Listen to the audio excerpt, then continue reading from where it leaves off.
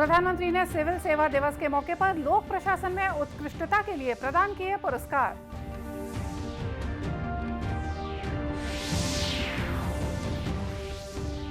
केंद्रीय मंत्री अनुराग सिंह ठाकुर ने उत्तर प्रदेश सांसद खेल प्रतियोगिता का किया उद्घाटन।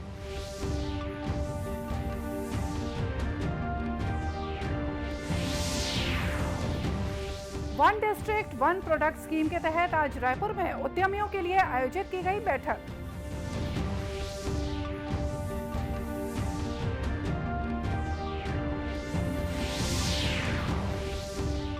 और राजनांदगांव में बस्तर फाइटर्स महिला नव आरक्षकों का हुआ दीक्षांत समारोह। थर्ड जेंडर नव आरक्षकों ने ली कर्तव्य निष्ठा की शपथ।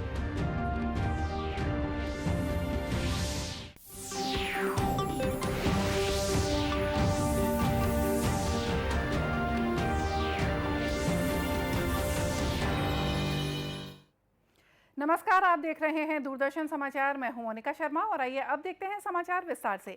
दिल्ली में आज सिविल सेवा दिवस के अवसर पर लोक सेवकों को संबोधित करते हुए प्रधानमंत्री नरेंद्र मोदी ने कहा कि युवा लोक सेवक अमृतकाल के दौरान न्यू इंडिया के विकास में महत्वपूर्ण भूमिका निभाएंगे। उन्होंने कहा कि कोविड महामारी के बावजूद भारत विश्व की 5वीं सबसे बड़ी अर्थव्यवस्था बन गया है और विश्व का तीसरा सबसे बड़ा स्टार्टअप इकोसिस्टम बना है।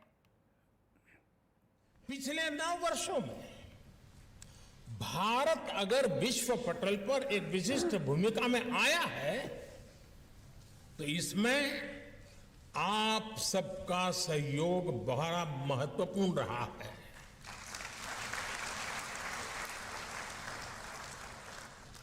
पिछले 9 वर्षों में अगर देश के गरीब से गरीब को भी सुशासन का विश्वास मिला है तो इसमें भी आपकी मेहनत ने रंग लाया है।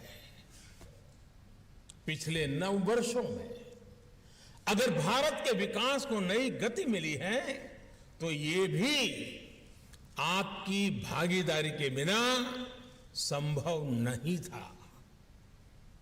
कोरोना के महासंकट के बावजूद आज भारत दुनिया की 5वीं सबसे बड़ी अर्थव्यवस्था है। श्री मोदी ने इस अवसर पर लोक प्रशासन में उत्कृष्टता के लिए प्रधानमंत्री पुरस्कार प्रदान किए। वहीं प्रधानमंत्री ने गुड गवर्नेंस की बेस्ट प्रैक्टिसेस पर आधारित 2 ई-कॉफी टेबल बुक्स का भी विमोचन किया। केंद्रीय सूचना और प्रसारण और युवा कार्य और खेल मंत्री अनुराग सिंह ठाकुर ने कहा है कि देश में खेलों को बढ़ावा देने के लिए सरकार सभी कदम उठा रही है।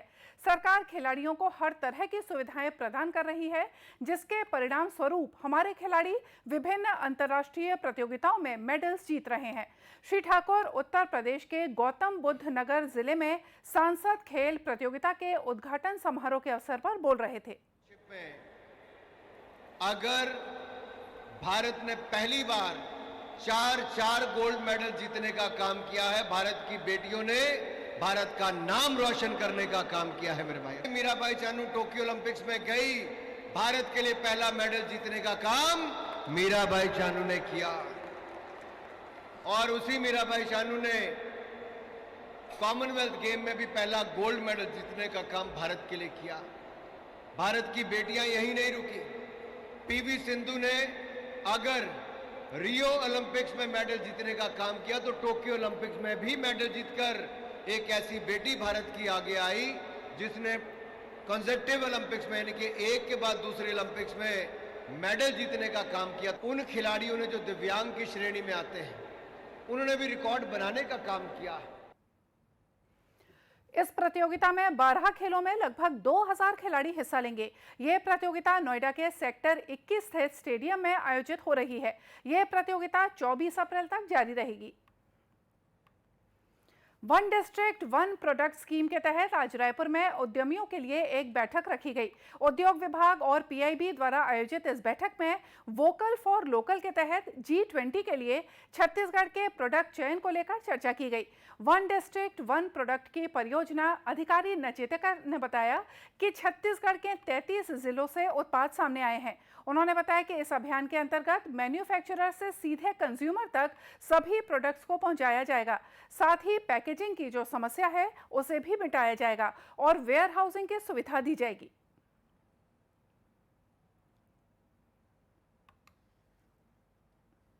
छत्तीसगढ़ से जैसा कि आपने देखा कि 33 जिलों से 38 प्रोडक्ट्स हमारे पास हैं, जिसमें बहुत सारी जगहों से माइनर फॉरेस्ट प्रोड्यूस है, बहुत जगहों से क्राफ्ट हैंडीक्राफ्ट्स का काम है, हैंडलूम का काम है, जैसे कि कोसी सिल्क हमने देखा और बस्तर क्राफ्ट है छत्तीसगढ़ से।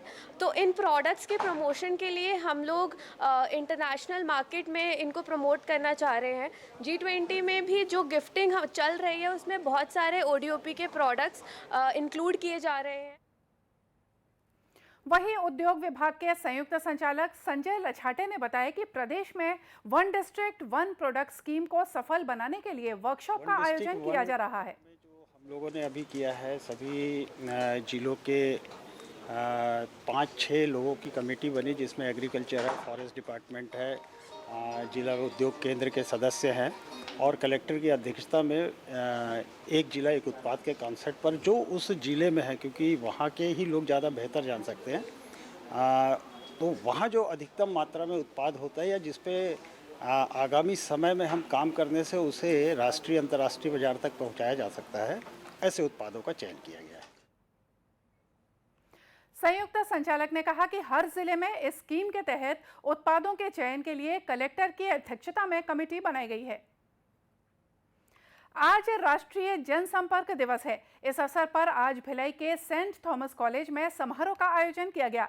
समारोह के मुख्य अतिथि दूरदर्शन रायपुर के सहायक निदेशक समाचार डॉक्टर मनोज सोनोने ने कहा कि जनसंपर्क एक बहुत ही रचनात्मक विधा है, जिसके जरिए किसी भी सरकारी या गैर सरकारी संस्थान और संगठन के कार्यों को जनता तक प्रभावी रूप से पहुंचाया जा सकता है। वहीं दूसरी ओर जनहित में किए जा रहे कार्यों को भी जनसंपर्क के माध्यम से जनता के बीच रखा जा सकता है। राष्ट्रीय जनसंपर्क का दिवस है, तो जनसंपर्क का आज के बदलते वक्त में काफ़ी महत्वपूर्ण है, क्योंकि हर इंस्टीट्यूट को, हर व्यक्ति को अपना जनसंपर्क बढ़ाना होता है। तो आने वाले दिनों में पब्लिक रिलेशन की बहुत ही अहमियत होगी, क्योंकि बदलते वक्त में हमें देखें कि कितना समाज में या फिर के औद्योगिक घराने में कितना कंपटीशन है, कि किसी प्रोडक्ट को बेचने के लिए मार्केट में किस तरह से स्पर्धा है। तो ये सारा स्पर्धा में लोगों तक अपना प्रोडक्ट बेचने में या उनके तक पहुंचने के लिए ज़्यादा से ज़्यादा लोगों तक, मासेस तक पहुंचने के लिए पब्लिक रिलेशन यही एक जरिया है कि जिससे हम अपनी प्रतिभा निर्माण कर सकते हैं। तो इसलिए आज का दिन हमें बहुत अहमियत है। कॉलेज के प्राचार्य डॉक्टर MJ रॉयमन ने बताया कि जनसंपर्क के महत्व से छात्रों को अवगत कराने के मकसद से कार्यक्रम का आयोजन किया गया। करने के बाद जो हमारा यही उद्देश्य था कि इसमें जो बच्चे जो है उसका जो अभी कोर्स उन लोग कर रहे हैं उसके बारे में ज़्यादा से ज़्यादा उसका ज्ञान करें, उनको जो उनका कैरियर के बारे में और भी जो अपॉर्चुनिटीज़ है जो इस मास मीडिया कोर्स करने के बाद होती है उसके बारे में बताया गया। इस कार्यक्रम में पत्रकारिता के विद्यार्थियों का सम्मान भी किया गया। और अब बात करते हैं कोविड की। राष्ट्रव्यापी कोविड टीकाकरण अभियान के तहत अब तक कुल 220 करोड़ 66 लाख से ज्यादा टीके लगाए जा चुके हैं। भारत में कोविड मरीजों की कुल संख्या 66,170 है। स्वस्थ होने की दर 98.67% है। पिछले 24 घंटों में कुल 11,692 नए रोगी सामने आए हैं। वहीं छत्तीसगढ़ में भी कोरोना के सक्रिय मामलों की संख्या करीब 3,000 तक पहुंच चुकी है। बीते 24 घंटों के दौरान प्रदेश में 584 नए मामले सामने आए हैं। इनमें से 101 नए मामले रायपुर के हैं। स्वास्थ्य विभाग के मुताबिक प्रदेश में कोरोना संक्रमण की दर 9.50% है। राज्य महामारी नियंत्रक डॉक्टर सुभाष मिश्रा ने कहा है कि कॉन्टैक्ट ट्रेसिंग पर फोकस किया जा रहा है। राजनांदगांव जिले के बुनियादी पुलिस प्रशिक्षण विद्यालय में बस्तर फाइटर्स महिला नव आरक्षक दीक्षांत समारोह का आयोजन किया गया। समारोह में 280 महिला नव आरक्षकों ने अनुशासन और कर्तव्य निष्ठा की शपथ ली। बस्तर फाइटर्स में थर्ड जेंडर को भी शामिल किया गया है। दीक्षांत समारोह के पहले महिला नव आरक्षकों ने आकर्षक मार्च पास्ट किया। धीरे चाल के प्रदर्शन, धीरे चाल इन महिला नव आरक्षकों को संतुलित चाल को दिखा रहा है, साथ ही इनके मजबूत शरीर मानसिक मजबूती को दर्शाता है। आपके सामने ये प्लाटून गुजर रही है। आईजी नक्सल ऑपरेशन ओपी पाल ने कार्यक्रम में महिला नव आरक्षकों को प्रशस्ति पत्र और मोमेंटो भेंट किया। साथ ही उत्कृष्ट सेवा के लिए सुरक्षा बल के जवानों को पुरस्कृत भी किया गया। आपको आमंत्रित करते हैं। इसी कड़ी में मैं अर्जुनलाल पाटिल सर, अतिरिक्त पुलिस अधीक्षक राजनांदगांव। इस मौके पर आईजी ने कहा कि बस्तर रेंज के 7 जिलों से बस्तर फाइटर्स का चयन क्षेत्र में सुरक्षा बल के प्रति लोगों का विश्वास और मजबूत करेगा। विशेष रूप से नक्सल अभियान को ध्यान में रखकर हुई है।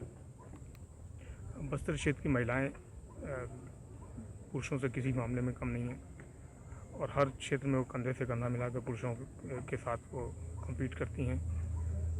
तो मुझे लगता है कि ये जो नवयुवतियाँ जो बस्तर फाइटर्स में भर्ती हुई हैं, ये भी बहुत अच्छा काम करेंगी। वहीं आईजी ने बताया कि बस्तर फाइटर्स में थर्ड जेंडर आरक्षक भी शामिल किए गए हैं। छत्तीसगढ़ उन देश के अग्रणी राज्यों में है जहाँ पर कि ट्रांसजेंडर्स को पुलिस में भर्ती का अवसर दिया गया है।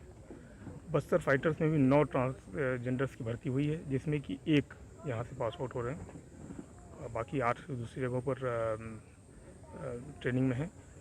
और इससे जो तृतीय लिंग के प्रति जो भेदभाव है वो भी कम होगा और एक जेंडर इक्वलिटी की जो हम बात करते हैं। दीक्षांत समारोह के बाद पास आउट होने वाले प्रशिक्षार्थी ने कहा है कि उन्हें खुशी है कि वे देश की सेवा करेंगे। मेरा सपना था कि मैं पुलिस विभाग में आऊँ और यहाँ पे ट्रेनिंग करके 3 महीना तो एक बेसिक ट्रेनिंग की जिसमें पीटी से परेड हुआ, फिर 3 महीना हम लोग वेपन क्लास लिए जिसमें वेपन को खोलना जोड़ना राइफल का हुआ। यहाँ के बहुत खुशी हुई, बहुत अच्छे से ट्रेनिंग किया और बहुत अच्छे से भी परेड भी किया, पास आउट हो गए। नव आरक्षकों को प्रशिक्षण के दौरान अत्याधुनिक हथियारों, ग्रेनेड और विस्फोटकों के बारे में जानकारी दी गई। वहीं कोम्बिंग पेट्रोलिंग का अभ्यास भी उन्हें कराया गया है।